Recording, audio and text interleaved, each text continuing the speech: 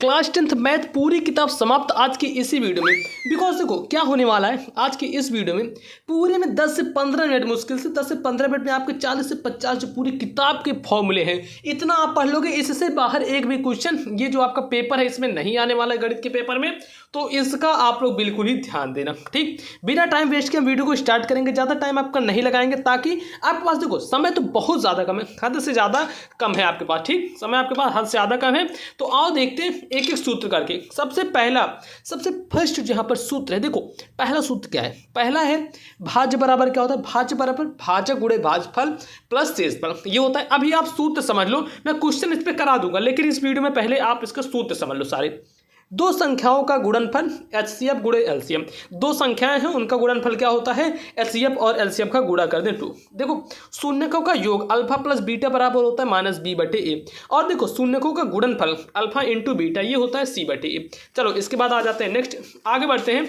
तो आगे हमारा ये है पांचवा, एक द्विघात बहुपद जिनके शून्यक अल्फा और बीटा है वो होता है पी ऑफ एक्स बराबर एक्स स्क्वायर माइनस ब्रेकेट में है अल्फा प्लस बीटा ब्रेकेट में एक्स, उसके बाद है प्लस अल्फा इंटू बीटा। अब बढ़ते हैं आगे। देखो ये जितने मैं बता रहा हूँ सारे आप अच्छे से तैयार कर लें, बहुत ज़्यादा इंपॉर्टेंट है।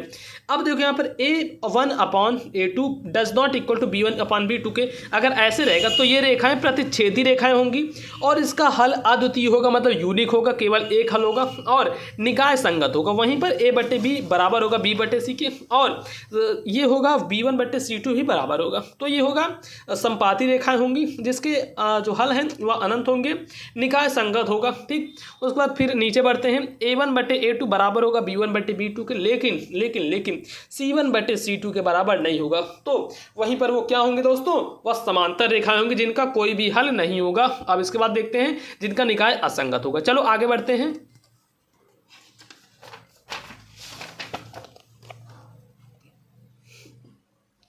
आगे बढ़ेंगे दोस्तों, तो हमारा ये आ जाता है विविधकर का सूत्र। और बता दो इसको बनाने में भाई बहुत मेहनत लगी है, तो प्लीज़ आप लोग अपना लाइक कर देना, और मैं टारगेट रखता हूँ 1000 लाइक का। जैसे ही कंप्लीट हो जाएगा ठीक कंप्लीट कर देना, बाकी कोई दिक्कत नहीं है, अगर आपका मन ना हो तो मत करना यार, लेकिन हाँ बनाने में काफ़ी ज़्यादा मेहनत लगती है, तो मैं आपसे बस इसीलिए जस्ट ऐसे बोल रहा हूँ। देखो विविधकर क्या है, विविधकर डी बराबर बी स्क्वायर माइनस 4ac। ठीक, द्विघात समीकरण वही है, B square minus 4ac same है, और ये यहाँ पर क्या हो गया है, द्विघात समीकरण बराबर minus B plus minus root B square minus 4ac upon 2 है। ठीक, उसके बाद है मूलों का योगफल, जो मूलों का योगफल होता है अल्फा प्लस बीटा बराबर माइनस बी बटे ए, और मूलों का गुणनफल अल्फा इंटू बीटा बराबर सी बटे ए। चलो नीचे आ जाते हैं पाइथागोरस प्रमेय पर। अब इसका सूत्र नहीं याद करना है, ये आता है सिद्ध करने के लिए कि पाइथागोरस प्रमेय कर्ण का स्क्वायर बराबर लंब का स्क्वायर धन आधार का स्क्वायर, जिसको सिद्ध करना रहेगा।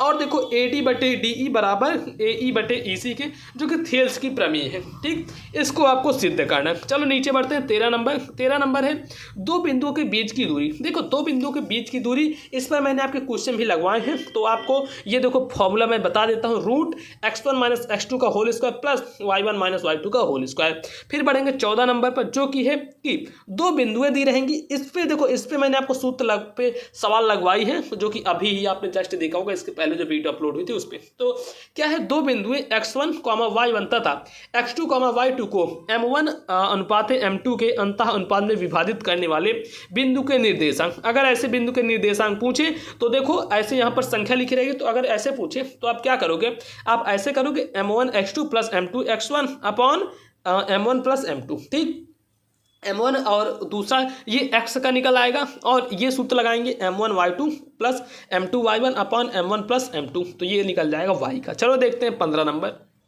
देखो हमारा जो 15 नंबर क्वेश्चन है, दो बिंदुओं के मध्य बिंदु का निर्देशांक, दो बिंदुओं के मध्य बिंदु का निर्देशांक। तो देखो ये हो जाएगा x1 plus x2 upon 2 comma y1 plus y2 upon 2।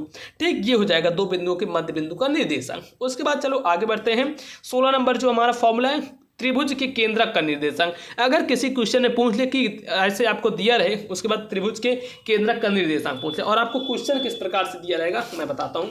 Question आपको ये दे सकता है ऐसे कि मान लो 1,3 दे दिया, 2,5 दे दिया और 6,3 दे दिया। ठीक, ऐसे आपका क्वेश्चन दे दिया तो इसके लिए आपका यह फॉर्मूला लगेगा, ये वाला लगाएंगे, x1 + x2 + x3/3, y1 + y2 + y3/3। ठीक, अब इसके बाद पढ़ते हैं आगे बढ़ेंगे। 17 नंबर जो क्वेश्चन है, त्रिभुज ABC का क्षेत्रफल, त्रिभुज ABC का क्षेत्रफल आपको याद करना है।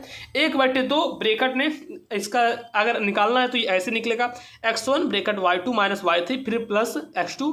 ऐसे देखो, इसको याद करने का simple formula, x1 x2 x3, यहाँ पर ब्रैकेट लगाओ y2 - y3, फिर आ जाएगा y3 - y1, फिर आ जाएगा y1 - y2। ठीक, इस प्रकार से आएगा। अब देखो त्रिकोणमिति के जो सूत्र है एक बहुत ज़्यादा इंपॉर्टेंट, उसको मैं बता देता हूँ विद ट्रिक, थोड़ी सी ट्रिक के साथ में, तो आपके लिए इजी हो जाएगा।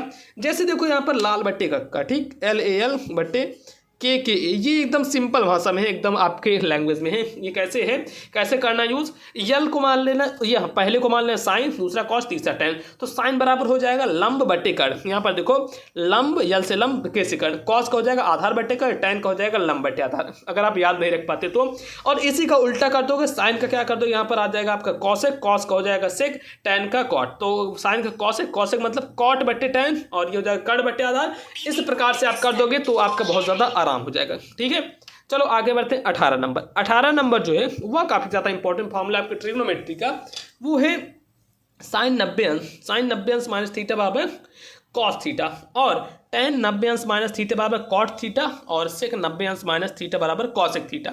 और इसी का आप उल्टा कर दोगे तो ये 6 वो फॉर्मूले आपके निकल जाएंगे। जैसे आप इसको कैसे कर सकते हो, इसको ऐसे कर सकते हो कि कॉस 90 माइनस थीटा क्या कर सकते हो, कॉस 90 माइनस थीटा का, इसको कर सकते हो आप साइन थीटा कर सकते हो। ठीक, साइन थीटा कर देना, बस ऐसे ही हो जाएगा। चलो अब आगे बढ़ते हैं। आगे हमारा टेन 90 माइनस थीटा, इसका हो जाएगा cot theta, cos 90 minus theta, cosec theta. चलो दोस्तों आगे बढ़ेंगे। वृत्त का व्यास, वृत्त का व्यास क्या होगा, 2 × r, 2 × r, जहाँ पर r क्या है, एक त्रिज्या है, r radius, r is radius, so r यहाँ पर त्रिज्या है। उसके बाद वृत्त की परिधि, किसी भी वृत्त की परिधि निकालनी है 2πr, और वृत्त का क्षेत्रफल निकालना है तो πr² होगा, जहाँ पाई का मान 22/7 या फिर 3.14 लिख सकते हो। देखो इसको बनाने में ना बहुत ज़्यादा मेहनत लगी, जिसको मैं एकदम आसानी से आपको बता दे रहा हूँ तो आपको लग रहा होगा नहीं बस ये बन गया है, 1-2 घंटे में बन गया होगा। नहीं, 1-2 घंटे में नहीं बना है, बनाने में ही इसको लगे मुझे 6 से 7 घंटे। ठीक है, तो आगे चलो आगे बढ़ते हैं।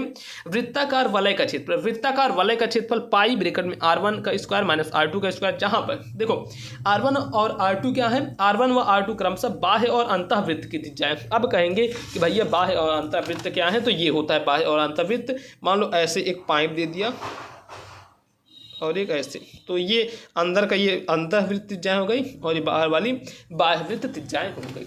ठीक, चलो चलो चलो चलो आगे बढ़ते हैं। 23 नंबर पे बढ़ते हैं। देखो दोस्तों यहाँ पर हमारा 23 नंबर क्वेश्चन, वृत्त के त्रिज्यखंड का क्षेत्रफल। देखो वृत्त के त्रिज्यखंड का क्षेत्रफल क्या है, a बराबर θ/360 πr², ये होता है वृत्त के त्रिज्यखंड का क्षेत्रफल। आप सभी पहले इन फॉर्मूलों को ही तैयार कर लो, बहुत ज़्यादा इंपॉर्टेंट है। अगर कोई क्वेश्चन पूछा है आप उसमें फॉर्मूले भी लिख दोगे, 1-2 नंबर तो आपको मिल ही जाएगा। देखो फिर है वृत्तखंड का क्षेत्रफल, जो वृत्तखंड का क्षेत्रफल है r², फिर बड़े ब्रैकेट में पाई θ/360 डिग्री माइनस साइन θ/2। ठीक, अब इसके बाद बढ़ते हैं 25 नंबर क्वेश्चन। देखो 25 नंबर क्वेश्चन क्या है कि घनाभ का कुल पृष्ठीय क्षेत्रफल, घनाभ का कुल पृष्ठीय क्षेत्रफल बराबर 2LB + BH + HL वर्ग मात्रक, जहाँ पर B चौड़ाई हो जाएगी, H ऊंचाई हो जाएगी, या लंबाई होगी। ठीक, फिर है हमारा 27 नंबर क्वेश्चन, घनाभ का विकर्ण। घनाभ का विकर्ण देखिए, घनाभ का विकर्ण क्या होता है, रूट में L² + B² + H²। इसको आप लिख के प्रैक्टिस कर दें। ठीक है दोस्तों, प्रैक्टिस करना तो आपको अच्छे से समझ में आ जाएगा। फिर देखो 28 नंबर, घन के संपूर्ण पृष्ठ का क्षेत्रफल, घन के संपूर्ण पृष्ठों का क्षेत्रफल क्या होता है, 6a² वर्ग मात्रक। फिर है 29 नंबर, घन का आयतन, घन का आयतन होता है a³ घन मात्रक। 30वां है घन का विकर्ण, √3a मात्रक। 31 है बेलन का आयतन, πr², बेलन का वक्र पृष्ठ, 2πrh। फिर है बेलन का संपूर्ण पृष्ठ, 2πr ब्रैकेट में h + r, ये हो जाएगा। ठीक है, चलो अब आगे बढ़ते हैं। देखो इसके बाद जो आपको तैयार करना है ना दोस्तों, वह है शंकु का आयतन। यह भी काफ़ी ज़्यादा इंपॉर्टेंट है। 1/3 πr², मैं गारंटी लेता हूँ इससे बाहर आपका नहीं आएगा, ये तो 100% है। ठीक है, तो चलो शंकु का वक्र पृष्ठ πrl, जहाँ पर यल क्या है, तिरछी ऊंचाई है। कैसी ऊंचाई है, तिरछी ऊंचाई है। उसके बाद चलो आगे बढ़ते हैं। शंकु का संपूर्ण पृष्ठ, शंकु का संपूर्ण पृष्ठ क्या होता है? पाई आर एल प्लस आर। उसके बाद है शंकु की तिरछी ऊंचाई। देखो शंकु की तिरछी ऊंचाई क्या होती है? यल बराबर यहाँ पर under root R square plus H square. उसके बाद है गोले का आयतन। देखो गोले का आयतन क्या होता है? 4/3 पाई आर क्यूब, और गोले का संपूर्ण पृष्ठ 4 पाई आर स्क्वायर। और वहीं पर अर्धगोले का आयतन देखें, जो अर्धगोला होता है उसका आयतन तो वह होता है 2/3 पाई आर क्यूब। ठीक, 2/3 पाई आर क्यूब होता है। चलो इसके बाद देखते हैं। इसके बाद क्या है? 41 नंबर, अर्धगोले का संपूर्ण पृष्ठ 3 पाई आर स्क्वायर। अर्धगोले का संपूर्ण पृष्ठ क्या होता है? 3 पाई आर स्क्वायर। फिर है 42 नंबर, शंकु छिन्नक का आयतन पाई h/3, पाई h/3 ब्रैकेट में, बड़े ब्रैकेट में आर स्क्वायर प्लस आर, मतलब बड़े आर का स्क्वायर प्लस छोटे आर का स्क्वायर प्लस बड़ा आर इंटू छोटा आर, उसकी घन इकाई। उसके बाद आते हैं 43 नंबर क्वेश्चन, जो कि शंकु का पृष्ठीय क्षेत्रफल। तो देखो शंकु का पृष्ठीय क्षेत्रफल क्या है? पाई यल ब्रैकेट में आर प्लस एल, बड़ा आर प्लस छोटा आर। फिर है 44 नंबर क्वेश्चन, शंकु छिन्नक का संपूर्ण पृष्ठीय क्षेत्रफल, तो वो होता है पाई बड़े वाले ब्रैकेट में है बड़ा वाला आर का स्क्वायर प्लस छोटे वाले आर का स्क्वायर प्लस एल। ठीक, इतना, और यल बड़े वाले आर प्लस छोटा वाला आर वर्ग इकाई। उसके बाद हम आगे बढ़ते हैं। देखो उसके बाद है सांख्यिकी। सांख्यिकी जो कि आपसे 10 नंबर के लिए पूछा जाता है। माध्य बराबर sigma F I x I upon sigma F I, जो एफ आई क्या है? पदों की संख्या। उसके बाद आता है हमारा माध्यक। माध्यक है एल प्लस ब्रैकेट में मतलब कैपिटल एन जो आपके नंबर्स हैं upon 2 minus C F upon F into H. फिर आता है 47 नंबर, जो बहुलक आ जाता है। बहुलक है यल plus F minus F one upon 2f minus F one minus F two into H. ठीक, ये आ जाता है आपकी सांख्यिकी का। तो देखो ये जितने सूत्र हैं, आपको इतने सूत्र तैयार करने हैं। आपकी गणित में इससे बाहर कोई क्वेश्चन नहीं पूछा जाएगा कि आप सोच लें इससे बाहर। आप एक तरीके से ये भी समझ सकते हैं कि ये वीडियो ऐसी हो गई मोस्ट इंपॉर्टेंट कि इससे बाहर कोई भी क्वेश्चन आपका नहीं पूछा जाएगा, इसलिए आप इसको कर लोगे दोस्तों। और हम बहुत ज़्यादा इंपॉर्टेंट है वीडियो है, प्लीज़ आप लोग वीडियो को लाइक करना, अपने दोस्तों के पास शेयर कर देना, ताकि उन्हें भी समझ में आ जाए कि किस प्रकार से। ठीक है दोस्तों, और इनके फॉर्मूले अच्छे से तैयार कर लें। बाकी वीडियो अच्छी लगे तो लाइक कर दीजिएगा, चैनल पर नया हो तो सब्सक्राइब कर लेना। हर सब्जेक्ट की तैयारी इसी चैनल पर कराई जा रही है। और हाँ, डिस्क्रिप्शन बॉक्स में या फिर उसकी देख लीजिएगा कमेंट बॉक्स में, आपको एक व्हाट्सएप के ग्रुप का लिंक मिलेगा। अगर आपका मन हो तो वहाँ पर जुड़ जाना, मैं थोड़ा बहुत PDF वगैरह वहाँ पर शेयर कर देता हूँ, क्योंकि काफ़ी लोग टेलीग्राम पर नहीं ले पाते। ठीक है दोस्तों, आज की वीडियो में इतना ही। अब मिलते हैं हम आपसे और किसी नेक्स्ट वीडियो में।